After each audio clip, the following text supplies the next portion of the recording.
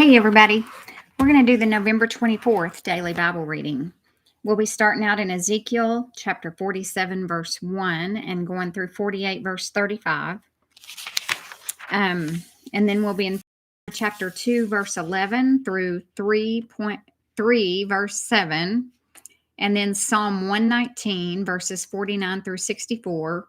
And then finish up today with Proverbs 28, verses 12 through 13.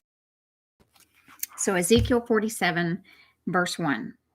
In my vision, the man brought me, Ezekiel, back to the entrance of the temple. There I saw a stream flowing east from beneath the door of the temple and passing to the right of the altar on its south side.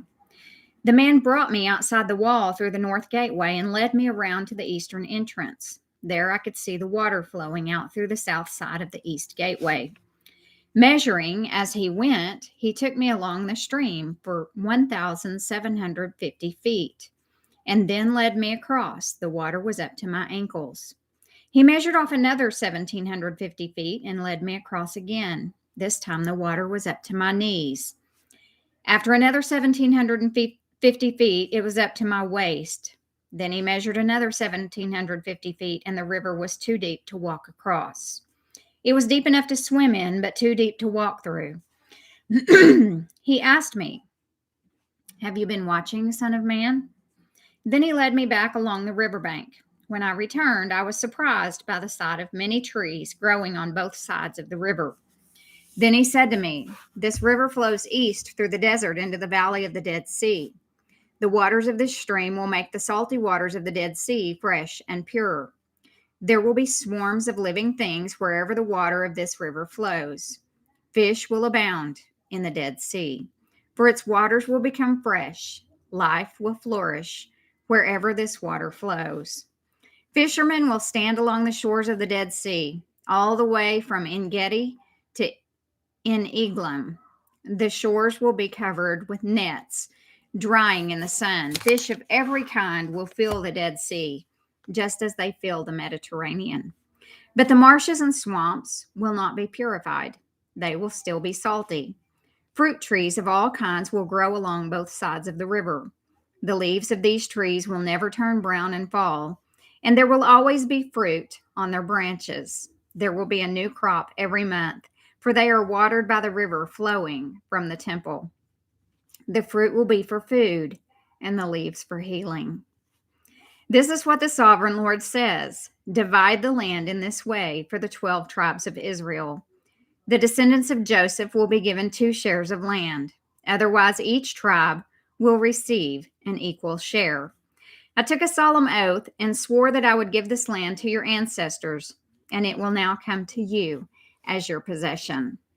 These are the boundaries of the land. The northern border will run from the Mediterranean toward Hethlon, then on through Lebo-Hamath to Zedad. Then it will run to Berothah and Sibraim, which are on the border between Damascus and Hamath, and finally to Hazar Hatticon on the border of Haran.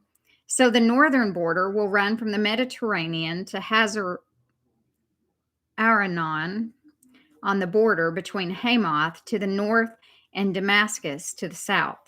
The eastern border starts at a point between Haran and Damascus and runs south along the Jordan River between Israel and Gilead, past the Dead Sea, and as far south as Tamar.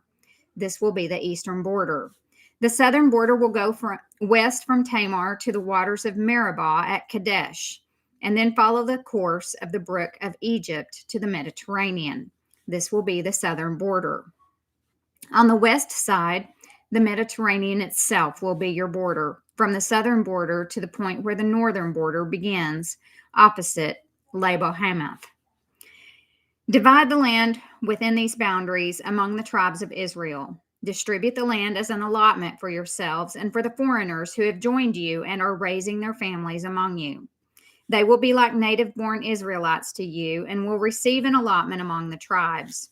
These foreigners are to be given land within the territory of the tribe with whom they now live. I, the sovereign Lord, have spoken.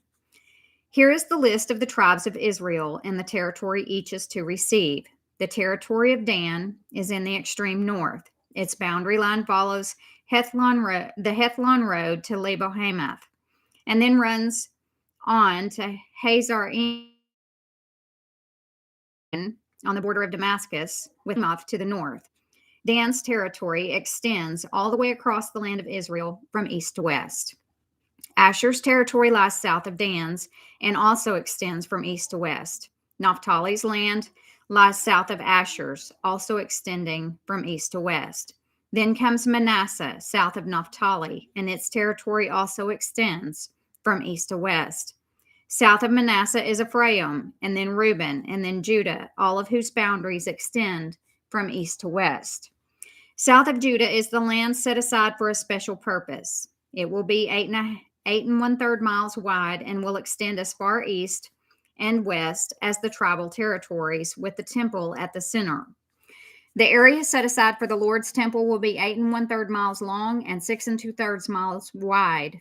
For the priest, there will be a strip of land measuring 8 1/3 miles long by 3 1/3 miles wide, with the Lord's temple at the center.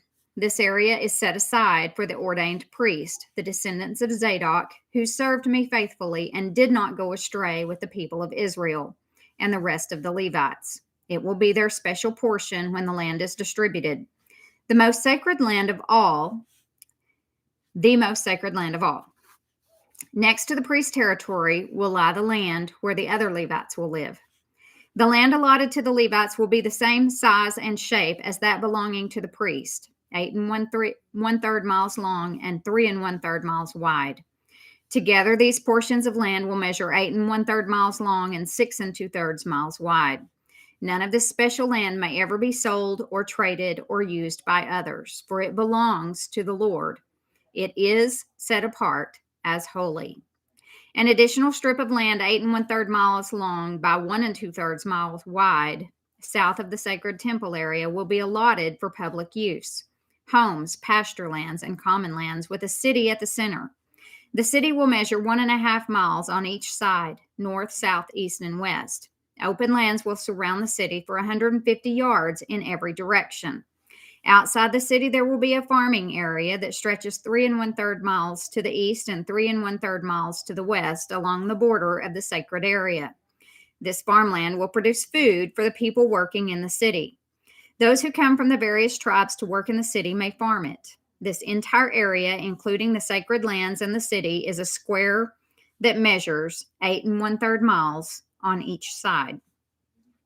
The areas that remain to the east and to the west of the sacred lands and the city will belong to the prince. Each of these areas will be 8 1/3 miles wide, extending in opposite directions to the eastern and western borders of Israel, with the sacred lands and the sanctuary of the temple in the center. So the prince's land will include everything between the territories allotted to Judah and Benjamin, except for the areas set aside for the sacred lands and the city. These are the territories allotted to the rest of the tribes. Benjamin's territory lies just south of the prince's lands, and it extends across the entire land of Israel from east to west. South of Benjamin's territory lies that of Simeon, also extending across the land from east to west. Next is the territory of Issachar, with the same eastern and western boundaries. Then comes the territory of Zebulun, which also extends across the land from east to west. The territory of Gad is just south of Zebulun, with the same borders to the east and west. The southern border of Gad runs from Tamar to the waters of Meribah at Kadesh, and then follows the brook of Egypt to the Mediterranean. These are the allotments that will be set aside for each tribe's exclusive possession. I, the sovereign Lord, have spoken. These will be the exits to the city. On the north wall, which is 1.5 miles long, there will be 3 gates, each one named after a tribe of Israel. The first will be named for Reuben, the second for Judah, and the third for Levi. On the east wall, also 1.5 miles long, the gates will be named for Joseph, Benjamin, and Dan. The south wall, also 1.5 miles long, will have gates named for Simeon, Issachar, and Zebulun. And on the west wall, also 1.5 miles long, the gates will be named for Gad, Asher, and Naphtali. The distance around the entire city will be 6 miles, and from that day, the name of the city will be "The Lord is There." Now we're going to go to 1 Peter, beginning in chapter 2, verse 11.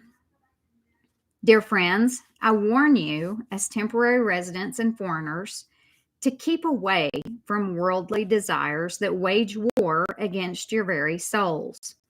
Be careful to live properly among your unbelieving neighbors.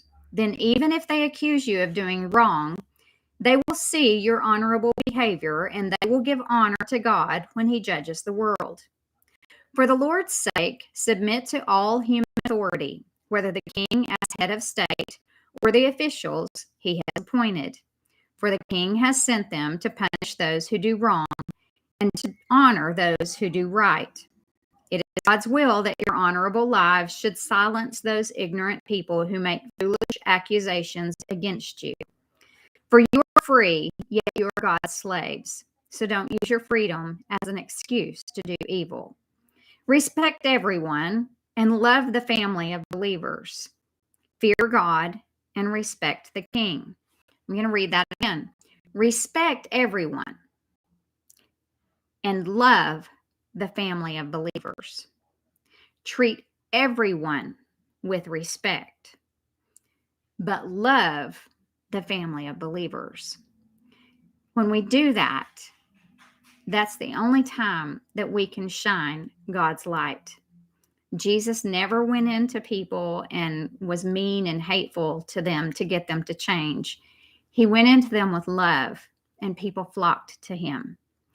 And we are now the temple of the Holy Spirit, and we are Jesus's hands and feet, and we are to show the world the love of God. It doesn't mean we agree with what they're doing if they're doing things that are wrong, but it does mean that we show them love. You who are slaves, I'm at verse 18, 1 Peter chapter 2. You who are slaves must submit to your masters with all respect. Do what they tell you, not only if they are kind and reasonable, but even if they are cruel. For God is pleased when, conscious of his will, you patiently endure unjust treatment. Of course, you get no credit for being patient if you are beaten for doing wrong. But if you suffer for doing good and endure it patiently, God is pleased with you. For God called you to do good. God called you to do good, even if it means suffering, just as Christ suffered for you. He is your example, and you must follow in his footsteps. He never sinned, nor ever deceived anyone. He did not retaliate when he was insulted, nor threaten revenge when he suffered. He left his case in the hands of God, who always judges fairly. He personally carried our sins in his body on the cross, so that we can be dead to sin and live for what is right. By his wounds, you are healed. It's a done deal. It's already done. Once you were like sheep who wandered away, but now you have turned to your shepherd, the guardian of your souls. Chapter 3. In the same way, you wives must accept the authority of your husbands. Then, even if some refuse to obey the good news, your godly lives will speak to them without any words. They will be won over by observing your pure and reverent lives. Don't be concerned about the outward beauty of fancy hairstyles, expensive jewelry, or beautiful clothes. You should clothe yourself instead with the beauty that comes from within, the unfading beauty of a gentle and quiet spirit, which is so precious to God. This is how the holy women of old made themselves beautiful. They put their trust in God and accepted the authority of their husbands. For instance, Sarah obeyed her husband, Abraham, and called him her master. You are her daughters when you do what is right without fear of what your husbands might do. In the same way, you husbands must give honor to your wives. Treat your wife with understanding as you live together. She may be weaker than you are, but she is your equal partner in God's gift of new life. Treat her as you should, so your prayers will not be hindered. We're going to go now to Psalm 119, beginning in verse 49. It says, Zion, I don't know how to pronounce that, but anyway. Remember your promise to me. It is my only hope. Your promise revives me. It comforts me in all my troubles. The proud hold me in utter contempt, but I do not turn away from your instructions. I meditate on your age-old regulations. O Lord, they comfort me. I become furious with the wicked because they reject your instructions. Your decrees have been the theme of my songs wherever I have lived. I reflect at night on who you are, O Lord. Therefore, I obey your instructions. This is how I spend my life, obeying your commandments. Heth, Heth. Lord, you are mine. I promise to obey your words. With all my heart, I want your blessings. Be merciful as you promised. I pondered the direction of my life and I turned to follow your laws. I will hurry without delay to obey your commands. Evil people try to drag me into sin, but I am firmly anchored to your instructions. I rise at midnight to thank you for your just regulations. I am a friend to anyone who fears you, anyone who obeys your commandments. O Lord, your unfailing love fills the earth. Teach me your decrees. Proverbs 28:12 through 13. When the godly succeed, everyone is glad. When the wicked take charge, people go into hiding. People who conceal their sins will not prosper, but if they confess and turn from them, they will receive mercy. That concludes the November 24th Daily Bible Reading. Thanks for joining in.